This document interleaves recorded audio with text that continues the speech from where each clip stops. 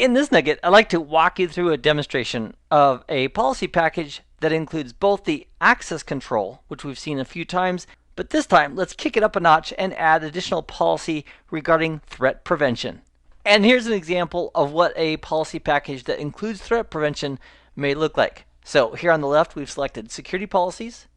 And currently we're looking at a security policy called Policy Package A. And here we have under access control, if we click on policy here, it shows us the access policy. The parent role is looking at traffic going from this zone, going to that zone. And if that matches, then it proceeds to go through the individual sub-rules until there's another match. So DNS is being allowed. If the user is going to a finance-based website based on this category right here, it's going to prompt them and give them a little pop-up that indicates the company policy about that type of site, which they'll have to confirm before they continue. If that category wasn't matched, it would then go to Rule 2.3. And in the event they're going to a website in the category of high risk or illegal/questionable, it'll drop that traffic. If that doesn't match, then Rule 2.4 is looking for any websites in the category of cryptocurrency, and if it sees any PCI related information like credit card information going back or forth, it'll drop that. And if that wasn't matched, then we have Rule 2.5, which is allowing HTTP or HTTPS.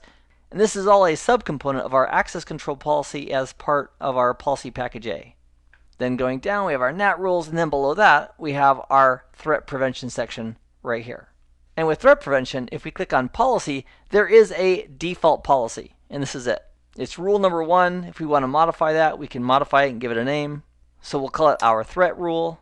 And then for the action, it's got regarding as part of this rule, it includes IPS, anti-bot, antivirus, threat emulation, and threat extraction.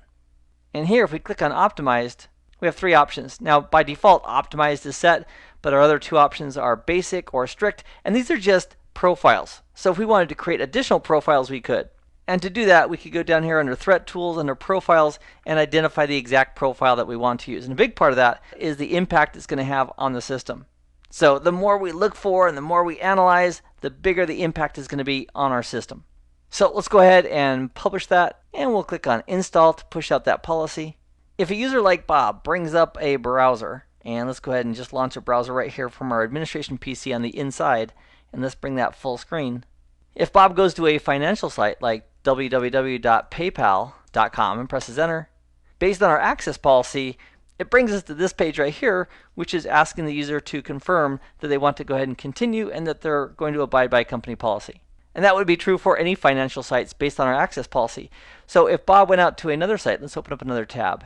And in this second tab, let's go to www.eicar.org. And on this site, if we click on anti-malware test file, and then click on download right here, and then scroll down a little bit, it's going to give us the option of downloading some content. So let's go for this one right here, the eicar.com file. And this can be downloaded over SSL, but because we have HTTPS inspection on the gateway, it should still be able to identify that. So we'll go ahead and click on this file here, eicar.com under SSL, and it says wah wah wah. And it says it's not working, and that's because our gateway shut off that conversation. And to verify that, we can minimize our Chrome browser, go back to Smart Console, and then in Smart Console on the left, click on Logs and Monitor. And here in Logs and Monitor, we have an IPS blade that was activated with the action of prevent. And if we double click on that entry to take a closer look at it, and let's maximize that as well. Here are the details that IPS caught it. And the rule was part of Policy Package A, and the specific rule name was Our Threat Rule. And if we want to get more information about that, we could go to the Threat Wiki and look up more details on that specific threat and what it means. In this nugget, we've had the opportunity to see an access control and threat prevention policy in action. I hope this has been informative for you, and I'd like to thank you for viewing.